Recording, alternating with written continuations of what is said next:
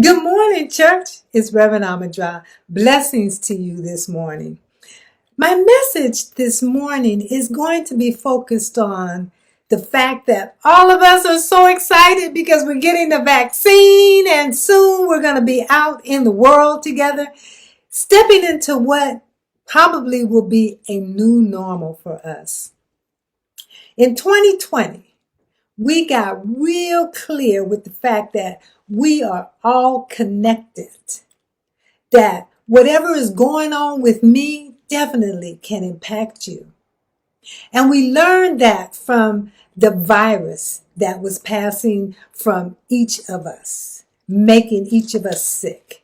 We got real clear that there is a powerful connection. And we worked real hard to find out how to put a barrier between each other so that we wouldn't harm each other. We learned how to do that. It was devastating and it took a long time. But now we're at a place where we are beginning to see a light, a bright light, the light of day, where we will be stepping back out into our world. But there's something that I want to call our attention to, because I didn't see much attention being paid to the fact that, yes, we are connected on a physical level. Whatever I breathe in and breathe out, you can breathe in and breathe out. But we are also connected on another level. We are connected on a vibrational level. And it's important for us to know that. Because although we have taken pains to figure out what to do for ourselves physically, we haven't done much to take care of ourselves emotionally, mentally. We have a physical body. We also have something that I call a mental body. Our thoughts flow freely between our minds on a vibrational level. And just like the breath connects our physical bodies, vibrations connect our mental bodies. And unfortunately, we don't understand that. And as a result, we've been experiencing a lot of dis-ease in our mental bodies. Another term we could use that is more familiar to us is consciousness. But within our society, there's not a large conversation about consciousness and that aspect of who we are as individuals. Fortunately for me, I had a profound experience that helped me to understand what it means when our mental bodies are being impacted by the environment that we live in. In 2000, I moved back to the United States from Ghana. I had lived for a year in this country that's filled with love and peace and harmony, and people who were happy, even though they didn't have a lot. Their emotional being was just one that radiated light. And even when they disagreed, they would come back together because they understood that when they felt good, physically and emotionally, mentally, that their brother or their sister felt good. And this is what I lived in for a year. Well, when I arrived back into the United States, I arrived back open because this is where I have been living, in this wonderful space. But when I landed in the United States, I went into emotional shock and I had no idea what was going on with me. All I knew is I was filled with anxiety and fear and apprehension, and it was hard for me to even go out of the house. It disturbed me so much that I called my teacher in Ghana and explained to him what was going on. And he said to me, "You have just flown into the largest field of anger on the planet, and you weren't prepared. Come back to Ghana so that we can work together and I can prepare you to step back into that level of anger, that energy. And so I did. I went back to Ghana and I stayed with him for 2 months. And he basically taught me what I needed to know in order to live inside of an environment that is filled with the emotional vibrations of anger, sadness, animosity. I came back to the United States and I actually was able to step back into my role as a social worker. But I only lasted for 2 years because I decided that I did not have to work inside of an environment that felt so heavy and impacted my emotional, mental being so much. Now, we are experiencing so much emotional turmoil in our mental bodies, and we don't even know it. We need what I like to say is a second inoculation for our mental body. We have experienced a tremendous amount of mental anguish, and we've experienced it collectively. I believe truly that we are right now experiencing collective grief. And this grief is expressing in a variety of ways. Some of us are experiencing insomnia. Some have anxiety attacks, irritability, low levels of depression, and unidentified fear and just anger. Over the last couple of months, I've been in conversations with individuals. These individuals are ordinarily upbeat and happy and always motivated. And they're saying to me, you know, I am stuck and I just can't get moving. They believe that it's all personal to them, but it's much bigger than them. It goes into the fact that we are living in a world where the mental vibrations around us are filled with sadness, anxiety, apprehension, fear, and anger. And because there's no conversation about it, we're suffering individually and we're suffering silently. And I want us to understand what is going on with us, so that when we step out into the world with our bodies totally, completely inoculated against the coronavirus, we also step out with an inoculation for our mental bodies. Ernest Holmes, the founder of religious science, calls it race mind or race consciousness. The race mind is the subjective thought of the entire race, meaning all the thoughts and feelings that are being generated by the people inside of this country that we're living with is impacting us.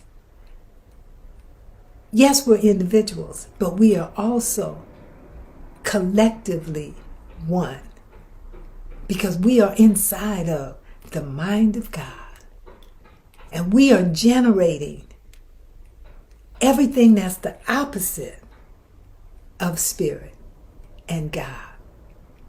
In God, it's just all good.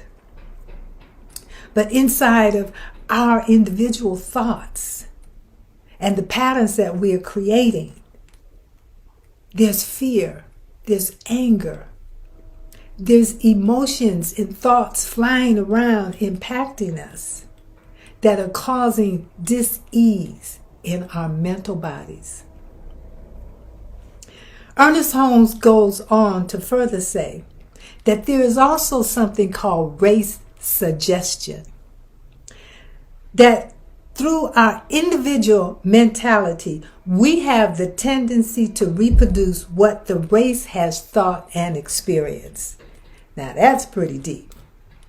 As individuals, we have the tendency to reproduce what the general population is thinking and experiencing. And right now in our country, we are experiencing some major upsets.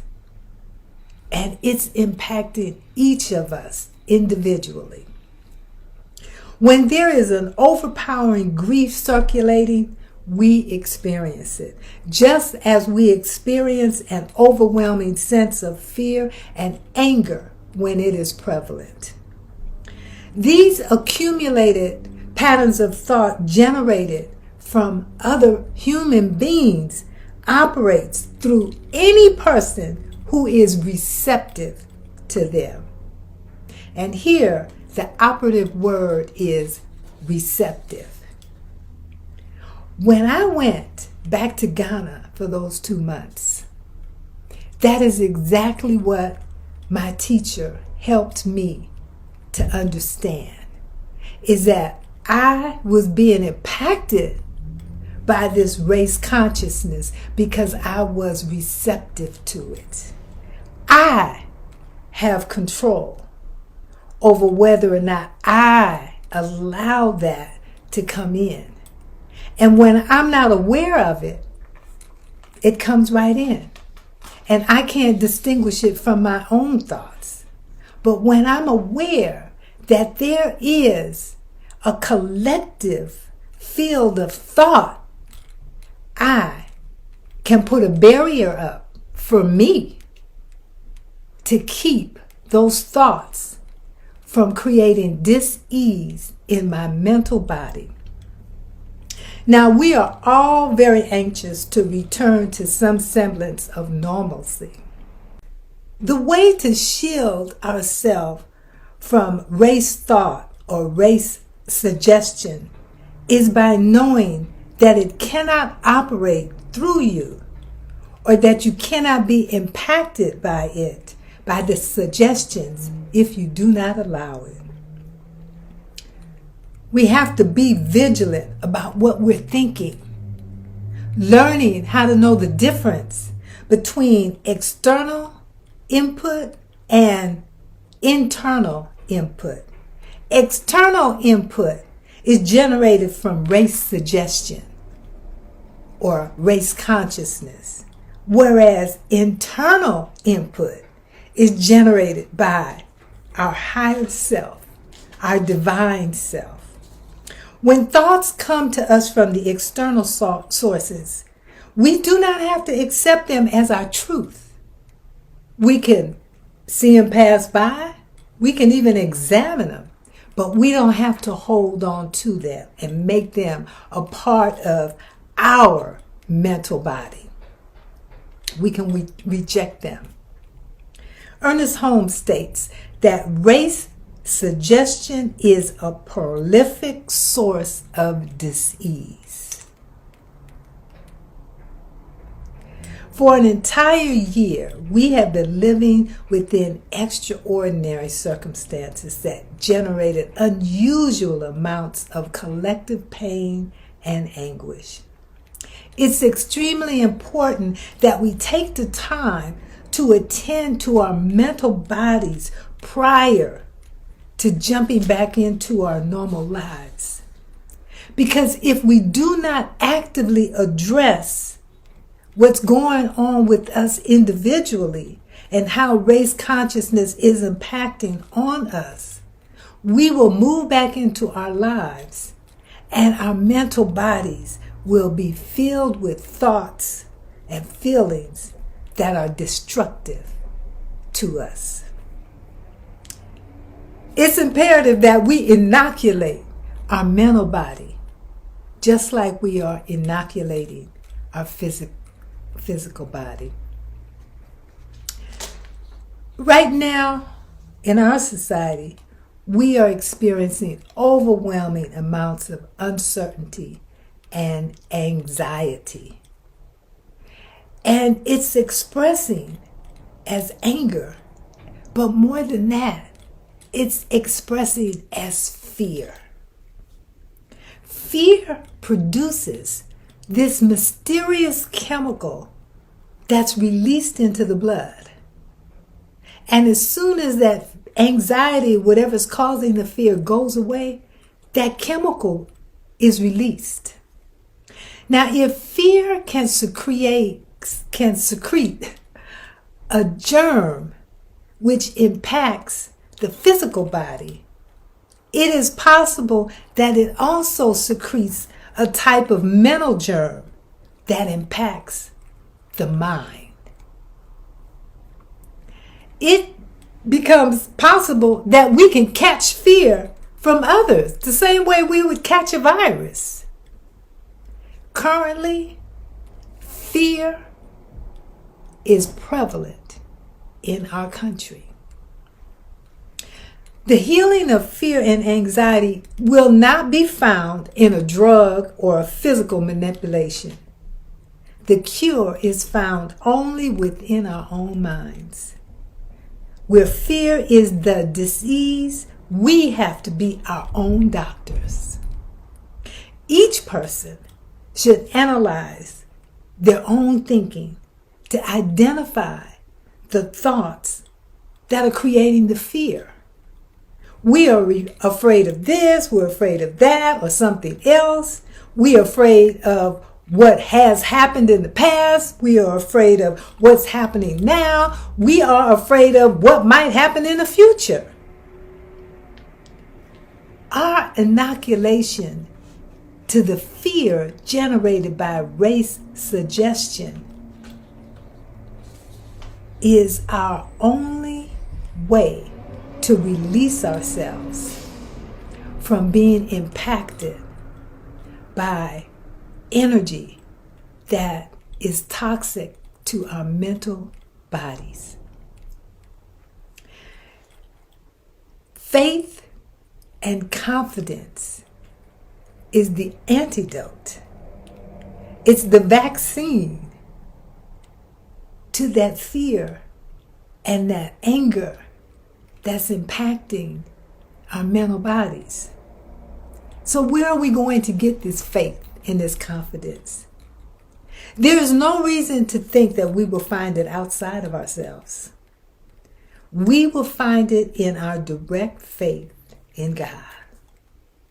Just as we are tuning into the thoughts of the minds of from the minds of others, we can learn to tune into the mind of God, which is totally free of fear and anxiety. In prayer and in meditation, we commune with the invisible spirit. We draw its strength, its peace, its serenity into our own souls. We become strong and self-resilient. We build up a confidence in life of faith and a conviction which shields us from that collective fear, from the race suggestions of anger. Just as a germ of a physical disease is likely to infect a weak body and not a strong body, a germ of mental fear will definitely impact a weak mental body, but it will not be able to impact a clear and happy mental body.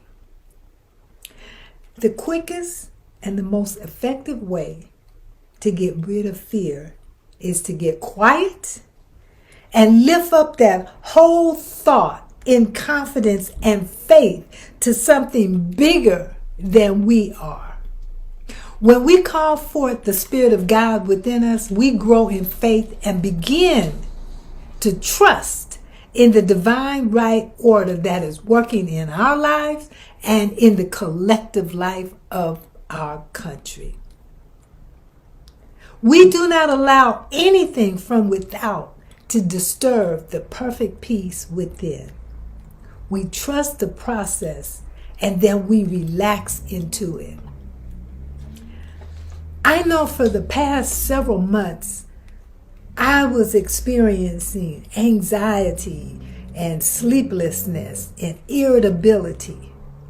And I did exactly that. I sat down and I got quiet. And in that quietness, I was able to understand and remember that what I was feeling was not mine. It was coming from the outside in.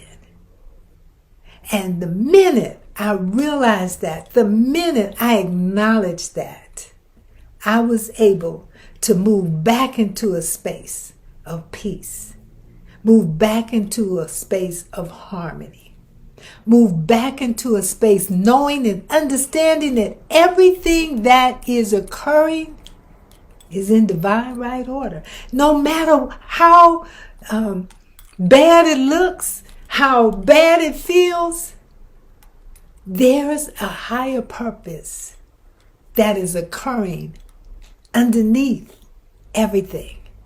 And just because we can't see it doesn't mean it's not there. This month in the Science of Mind magazine, there's an article and it's entitled "A New Day is Coming," and it quotes Ernest Holmes. Ernest Holmes says this: "It is quite a burden lifted when we realize that we do not have to move the whole world. It is going to move anyway. We can do whatever it is we are moved to do, but carrying the burden that we have to change the whole world, it's not ours to do. We do our part. And our first part is to make sure that we are emotionally, mentally well. It is comforting to know that everything is good because everything is within God. When we look around at all the events occurring, we only need to remind ourselves that this is a world of appearances. And there's a whole rich, amazing life within us that has nothing to do with external circumstances. We live in a place of love and light where our needs are continuously being met before we even ask. A great healing is taking place on the planet. And because we were born at this particular space and time, we are blessed to experience it. We must remember how important it is for us to keep our consciousness high, no matter what degree of insanity may be occurring around us.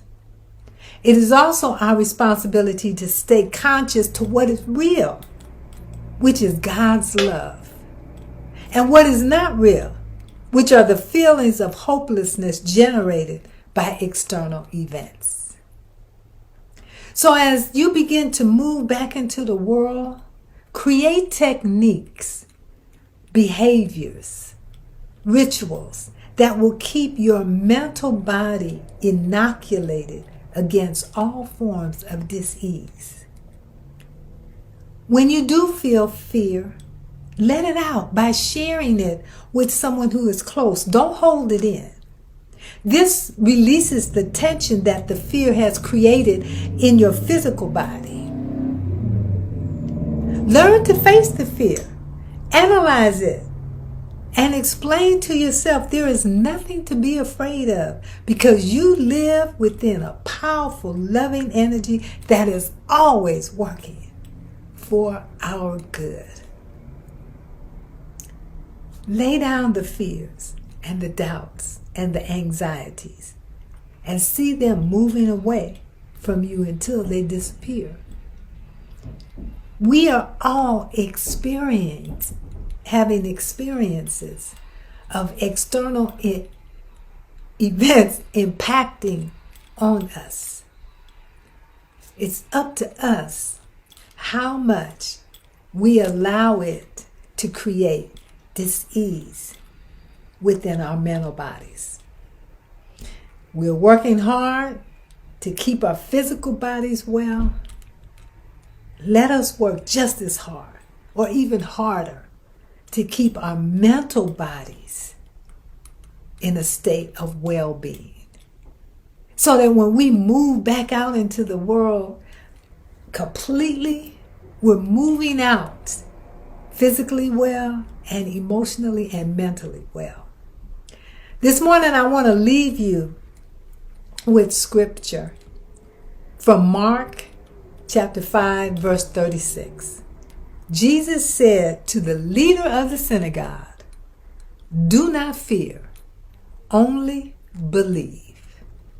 And for us, that is believing that it's all good because it's all God. I add a blessing to these words, and I add a blessing to each and every one of us. Go in peace, go in health, and know that you're never alone. You're always inside of that powerful, loving energy of God. Thank you.